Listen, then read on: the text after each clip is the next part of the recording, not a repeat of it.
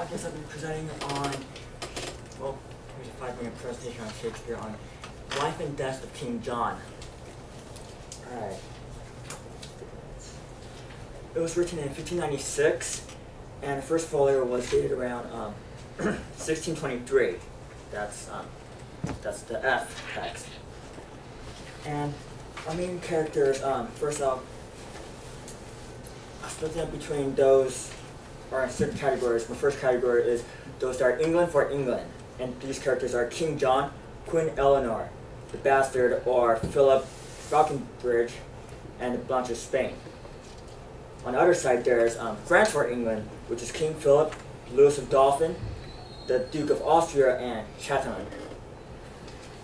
And then we got our poor torn fellows, which are split in between, which is Arthur, his mother Constance, the citizens of Angier, and Hubert, which is on England for England's side, but as I'll explain later, he becomes torn. And also another major player is Colonel Pandolf, which isn't torn, but he has more of a I don't want to say really an ubiquitous presence, but he has a very strong presence that does change the course of the plot of play. So I'm going to Act 1. Act 1, it starts in John's court in London. Chatillon comes up to France messenger, or France ambassador to England comes up to King John and tells him, alright, you're not the lawful king of England, because look at your line of succession. There's Richard the Lionheart, who's dead. There's his younger brother, your older brother, Geoffrey, who's also dead, but he has a younger brother. He has a son named Arthur. And then there's you. So you're not the lawful king of England. France knows you're not the king. And if you won't give up your give the throne to Arthur, then there's going to be war. And of course, King John, being very peevish as he is, tells them, well, we have big guns, we'll take you on, and let's go back to France and prepare for war. So Chatillon is escorted out by one of the earls, and later another earl comes up to King John, telling him, alright, we have an interesting issue here. These two guys came up to me wanting to ask your advice for something. It's very weird. How about you deal with it? And King John says, sure, why not? And enters the Falconbridge brothers, which immediately they're known as Falconbridge and Bastard. So their issue is Bastard, who is actually the older brother, Philip Falconbridge, is not really a Falconbridge. When the story goes, or at least how his younger brother Falconbridge presents it, is, alright, our father served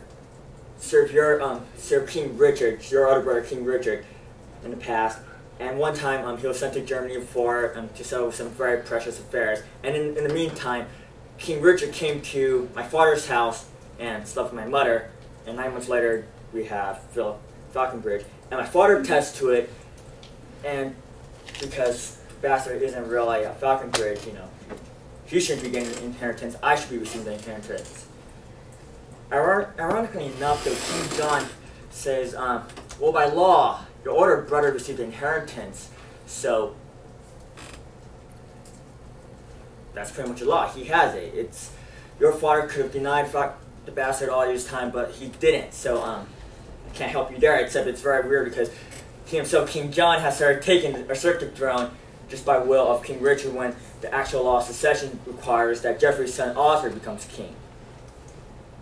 So, but in the meantime, Queen Eleanor and King John, who are present, look at the Bastard and tell him, he looks a lot like King Richard. What if he really is the legitimate son of Richard the Lionheart?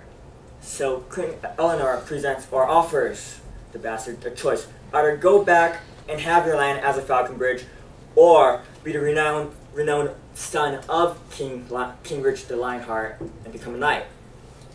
And the Bastard says, actually that sounds a lot better.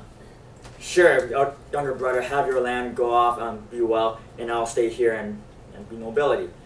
So, alright, so he is knighted, and I'm going to Act 2. So in Act 2, they meet in Angiers. France for England comes from one side. England for England comes from one side. They argue, who's going to be the rightful king.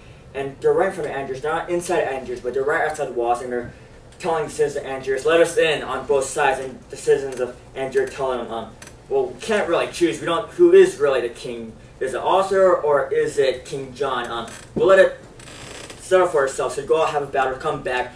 It's been a bit of a, people have died, but it's been a bit of a stalemate. So the citizens are still telling them, you still can't choose. So eventually, the bastard presents a case to King John and to King Philip to perhaps get together, attack Angiers, but Angiers says, no, how about you get a marriage between Blanche of Spain and Louis Dauphin, and, you know, make things all well. So they decide to do that until, actually, once Louis Dauphin and Blanche of Spain are married, here comes Cardinal Pandolf, and King John is, very explicit with his penis, or very open with his penis, to the point that he gets excommunicated. And then here comes now King Philip, recently making a treaty with King John, is in a tight spot because he must choose either should I remain a Christian, should I remain a Christendom, or should become a heretic with King John. So, Thank you.